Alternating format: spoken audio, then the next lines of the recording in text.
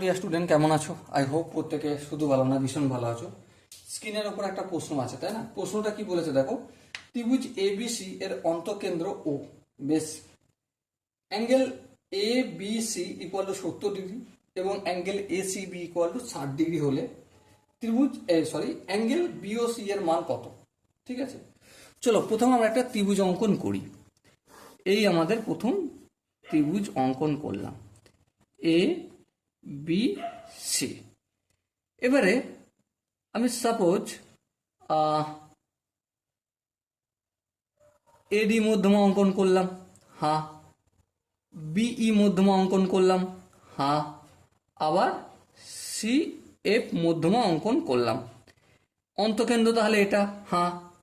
এবারে এই কোণটা কতটা বলেছে? Angle A B C 70 degree, তাই না? আবার angle A C B 60 degree বলেছে। আচ্ছা, যখন মধ্যমা অঙ্কন করছি এই পুরোটা যদি 60 ডিগ্রি হয়, মানে এই কোণটাকে দুভাগ ভাগ করছে, হ্যাঁ। তার মানে 60 ডিগ্রি মানে এই দিকটা 30 ডিগ্রি আর এই পোর্শনটা 30 ডিগ্রি হবে, হ্যাঁ।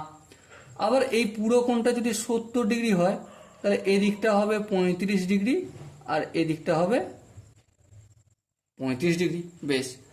আবার এডিটা মধ্যমা, মানে কি? এডি লম্ব বিসি, তাই না? তার মানে এখানটা 90 ডিগ্রি, হ্যাঁ ঠিক। আবার এদিকটাও 90 ডিগ্রি। আচ্ছা, এখানটা ও বিন্দু, নামটা দেওয়া হয় না। এবার দেখো এই যে ও বিডি ত্রিভুজের তিনটে কোণের সমষ্টি কত? 180। তাহলে এখানটা 35, এখানটা 90, তাহলে এখানটা কতটা হবে, তাই না? 90 আর 35 কত? 125। তাহলে 180 ডিগ্রি থেকে 125 ডিগ্রি বিয়োগ করবো, কত হবে? 5 দেখে 3 3 কত হবে? 55 ডিগ্রি হবে। তাহলে এখানটা কত হবে? 55 ডিগ্রি। ওকে।